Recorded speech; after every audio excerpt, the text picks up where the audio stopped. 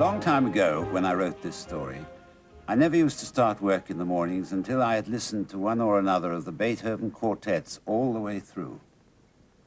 The idea behind this was that if I soaked myself in these very great creative works, then a little of Beethoven's inspiration might stick to my own skin or my brain or my fingers and come out in what I wrote. Of course, that never happened, but one did sit down to work in a marvelously uplifted state of mind, which made it a little more difficult to write absolute bosh. What you're going to see now is a musical story that somehow emerged from this peculiar habit of mine.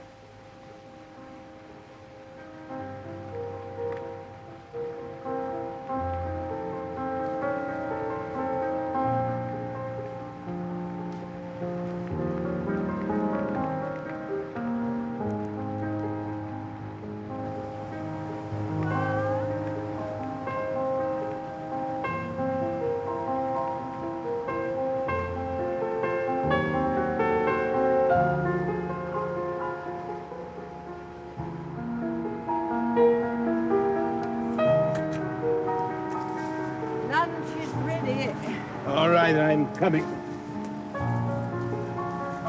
What a good fire. I've decided to clear this corner right out. I'm sick and tired of all these brambles and nettles. Take a day or two. Yes, well, just don't overdo it, that's all. Oh, Louisa, I wish you wouldn't treat me as if I'm an old man. Wouldn't exercise never did anybody any harm.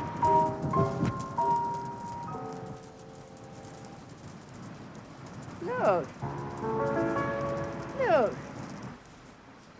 Good heavens, you silly cat. What do you think you're doing? You'll scorch yourself.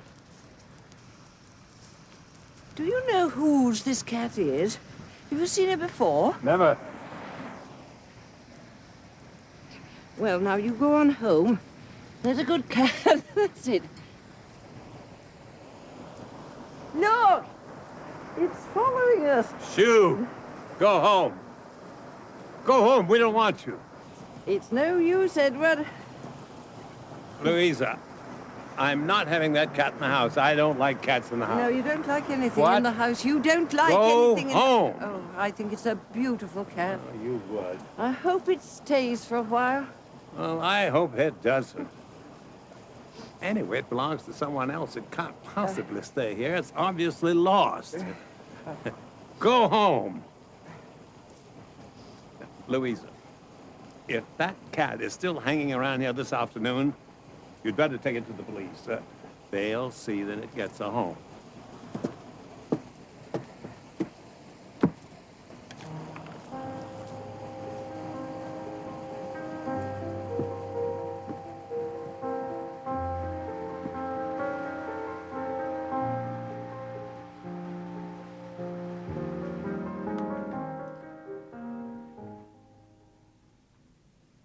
How did you get in here? Hmm? Well, you're an awfully nice cat, and I do wish I could keep you, but you know, I'm not often allowed things that I like. No. Oh, you darling, what a lot of bumps you've got on your beautiful face. Bumps, bumps, bumps. Oh, darling, you must be very old. Well. Oh, dear. No. Well, after I finish playing the piano. Yes, I've got to take you to the police station. Well, your owners must be frantic with worry.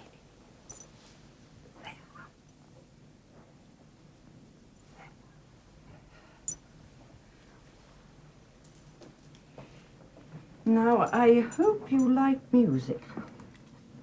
I play every afternoon. You know, when I was young, people used to say that I showed promise. And then I married. Well, enough said. Now, we'll start with a little Schumann. Yes?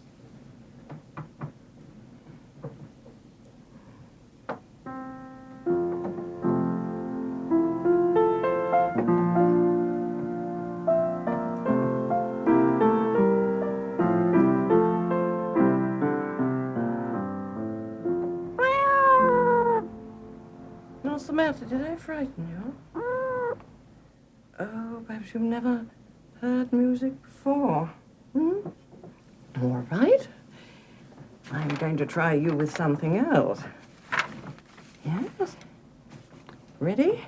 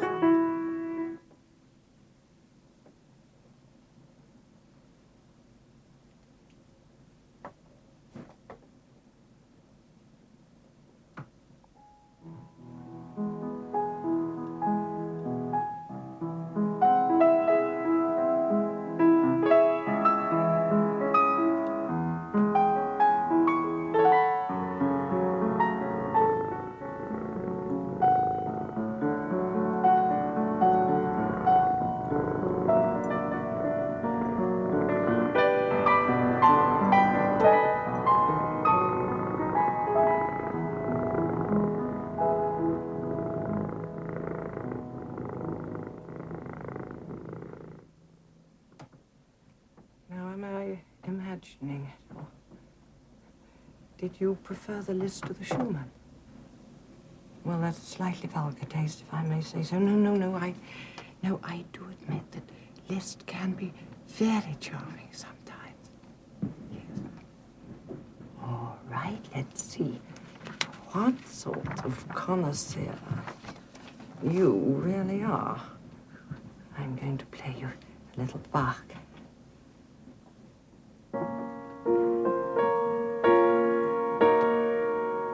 What's wrong? What's wrong? What's wrong with Johann Sebastian? What's so special about Franz Liszt?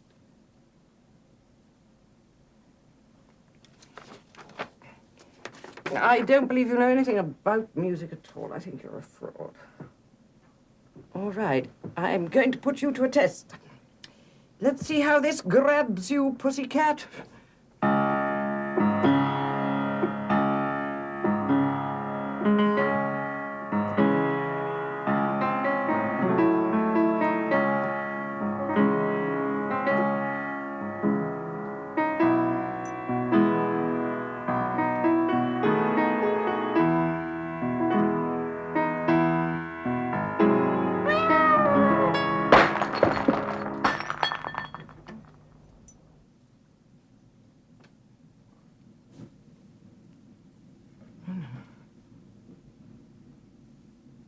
Oh, no.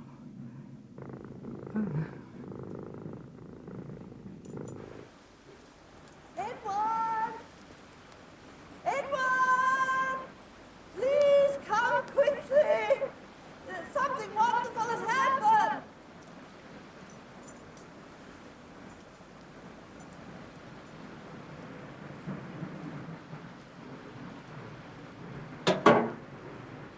I'm upstairs, dear.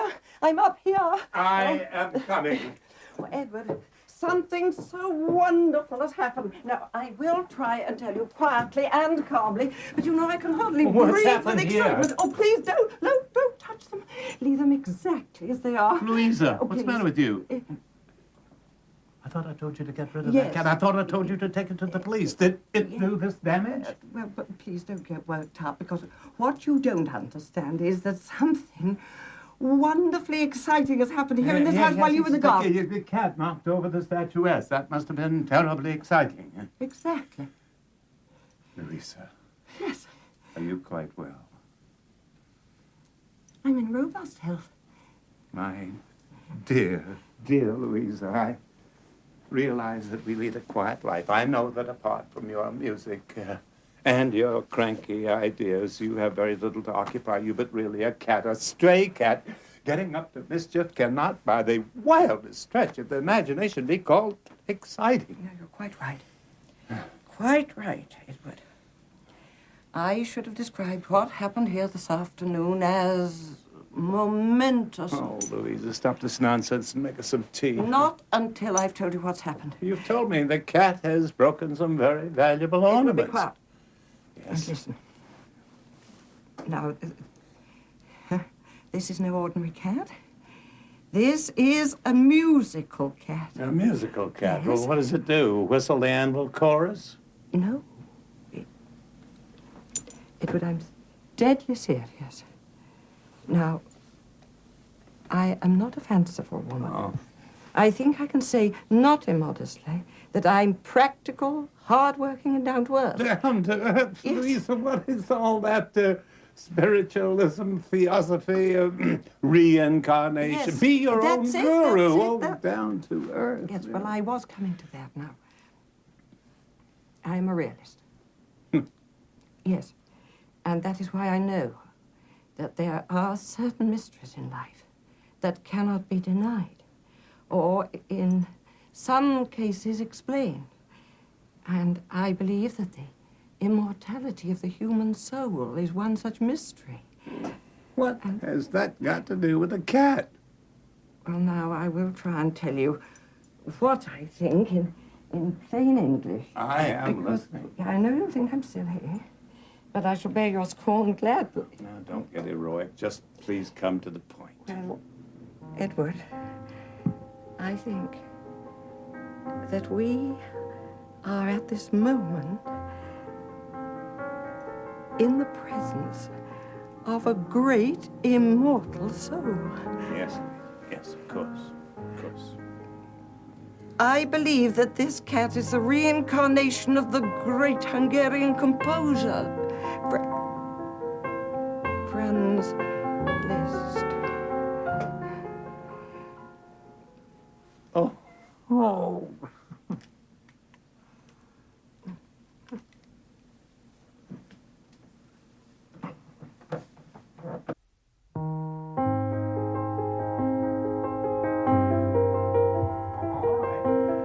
All right. You say the cat reacted to the music of Franz Liszt twice. Now, I heard him purr and saw him walk to you once. Let's see him do it again. Oh, certainly not. He's not a circus performer. He is one of the world's great composers. Oh, my dear woman, he is a cat. He rather is the stupid, reincarnation ugly old cat. of Franz Liszt. Prove it. I don't need to prove it. I know. The soul is there, and that's good enough for me. Let's see him perform. Let's see him tell the difference between his own music and someone else's. I do believe you're jealous. Oh, jealous of a miserable, mangy old cat. All right. If you're going to be insulting, the best thing you can do is to go back to your gardening and leave the two of us here together in peace. If you want my honest opinion, I think you're ill. I think you need a doctor. Pay no attention to him, my darling. Oh, dear, no. Pay no attention to him. Maestro. Oh, dear, if only you could talk. Just think. You knew Beethoven. You met Mendelssohn and Schubert.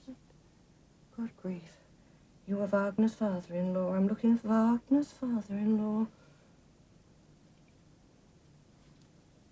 He wants proof.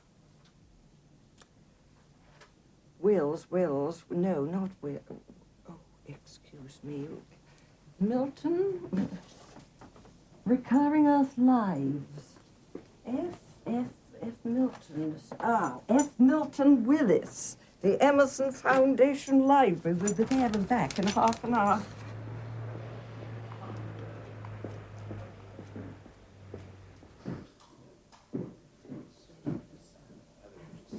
Oh, yes, I see you're interested in reincarnations. Well, now the list is endless. Epictetus came back as Ralph Waldo Emerson. Cicero returned as Gladstone. Alfred the Great came back as Abraham Lincoln. And Julius Caesar as Teddy Roosevelt. Yes, these are proven facts. Really, is there anything known about the famous composer, Franz Liszt? Can't recall. However, a colleague of mine, Professor Jameson, maintains that Beethoven came back as Louis Armstrong. I make no comment, but I'm rather doubtful. Would you excuse me? Oh, I'm sorry. I beg the pardon. Right. And what about animals? I mean, is it possible, would it be probable for a famous person to come back in the body of an animal? I'm afraid I'm not very good about animals. I have an allergy to fur. But yes, there are known cases. Napoleon Bonaparte came back as an Arabian stallion. Yes, a gift from Prince Ibn Saud to Queen Victoria. Oh, then, of course, there's that most celebrated of reincarnations, Lord Byron. Oh, I thought everyone knew about that. Yes, Lord Byron returned as a Bengal tiger. Unfortunately, he was shot on an expedition in 1906, led by the president of the Karachi branch of our society. If one was convinced, Mr. Willis, of the reincarnation of someone famous as an animal, well, say, as a cat, for example, how would one set about proving it? Now, this is very interesting. Yes. Usually one would observe a physical resemblance, however slight. Let's take the example of Lord Byron and the tiger. It was found that the tiger was lame. Well, Lord Byron had a club foot, so you see. I can't tell you what the resemblance was between Bonaparte and the Arabian stallion. The bumps. Oh, I beg your pardon. I do beg your pardon. I could find out if you wanted me to. Oh, thank you. Thank you. You have been so kind. Anytime, You're so anytime. kind. Now, perhaps you'd be interested in some of the work that I've been doing recently on a very great favorite of mine, George Washington. Ah, yes. I can prove 3 reappearances. First, as Mrs. Lincoln. Secondly, as the poet Whitman. And third, and this is going to really baffle the cynics, as the Dalai Lama. That's it. Look carefully at that photograph. Now, what do you see? Do you see his warts? Well, he was famous for them. Was what? Yes. Yes, his students used to grow little tufts of hair on their own faces, didn't they, to look just like him? Yes. 5 of them. Yes. Now, feel the cat's face. Feel me. Yes. Come on. Come on. Feel it properly. Well, what do you feel? What sort of bumps? Exactly. 5 of them, Edward, in exactly the same places. Quod erat demonstrandum. Doesn't prove anything. I'm afraid, Maestro, I shall have to put you to a little test. Now, it is well known that Liszt admired all of Chopin's works, except one. And that was the Scherzo in B-flat minor. He called that the governor's scherzo, and he hated it. So what? Well, Edward, let's just see what happens. Yes? Thank you.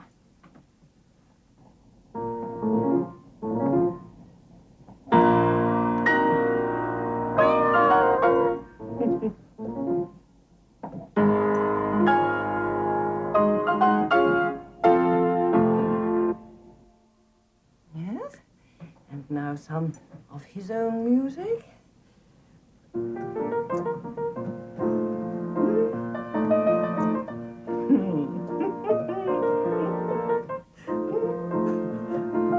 what have you got to say for yourself now?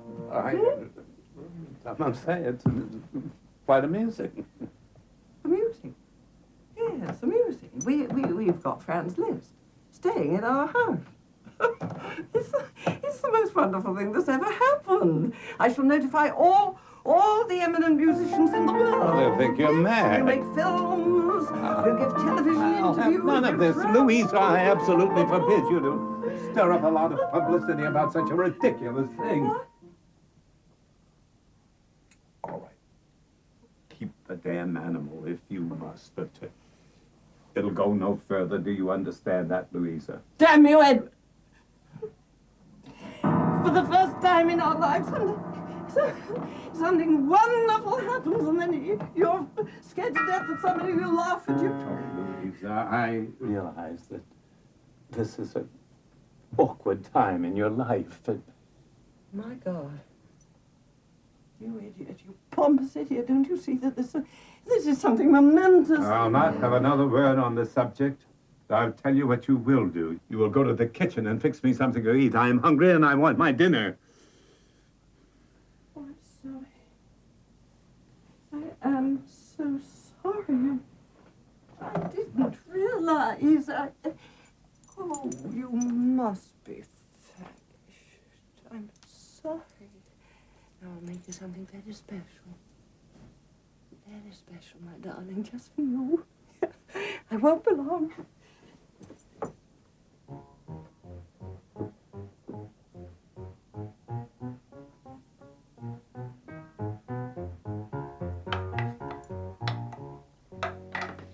La la la la la la la la, maestro, maestro.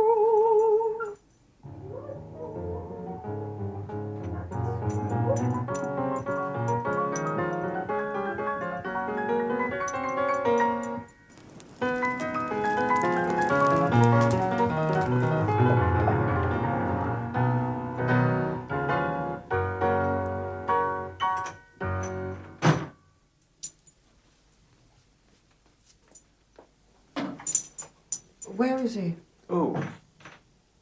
You know who? Oh, a cat? I don't know. I built the fire up so it'll burn all night.